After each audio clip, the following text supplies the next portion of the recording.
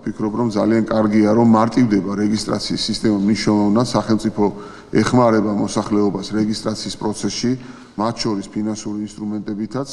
სრულად იწყებს კანონი მოქმედებას 1 აგვისტოდან. ჩვენ მადლობლები ვართ ამ მთავრობისა, რომ ყველასა დაზომვა და ყველაფერი არის უფასო, მაგრამ ჩვენ გარამარტო ნახიც კი არა, საკუთარ მიზნებსაც ვერ ვიფორებთ.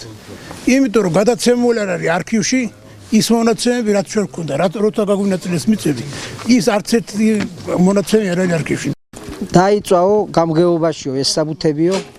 სულ ყველაფერიო და არაფერი არ არისო, ნაწილი გადარჩაო, ნაწილი დაიწვაო და ვერ გაიგებ ერთი პროექტი ჩვენი მოქალაქეებისთვის გრძელდება 1 წლის განმავლობაში, რაც ძალიან მნიშვნელოვანია იმისთვის, რომ უფასოდ მოქალაქეებმა ისარგებლონ ამ სერვისით. იქნება ეს მედიაცია, ცნობების მოპოვება, თუ სხვა სანოტარო მომსახურება.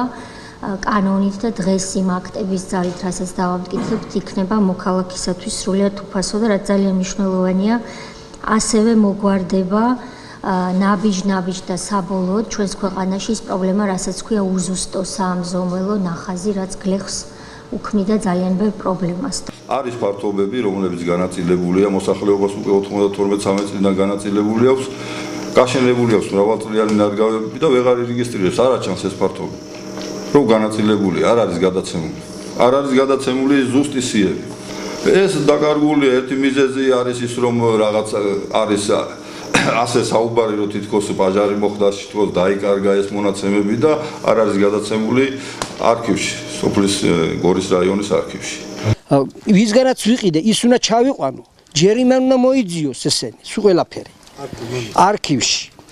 ეხლა დაბარებული ვარ 4-ში ჩამოდი უნდა ჩავიყვანო ეხლა ეს კაცი ისევა იქ ხო იმაზე უნდა გაფორმდეს ხო იმან თავის წევრებიცა თანა მე ახლა ჩემზე უნდა გადმოფორმაზე ისე უნდა წაიყვანოს ისე უნდა წავყვე მე ხელახ სახელმწიფო კარგავს მიწის გადასახადს თუ შეძენილი აქვს რამოდენიმე ჰექტარი მიწა და არის პროგრამები სოფლის მეურნეობისა სადაც არის დახმარება იაფი კრედიტები ვერ იყენებენ და ამიტომ წინსვლად სოფლის მეურნეობაში არის შეფერხებული.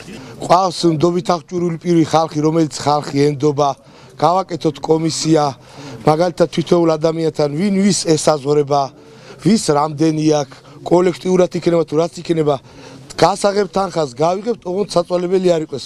სურვილი ერთი და იგივე გვაქვს უყოლეს სოფელს. გვაძლევენ იმდენ ქაღალდებს რომ არ ვიცი შეიძლება 2 თონე გავახუროთ ეს დღეს.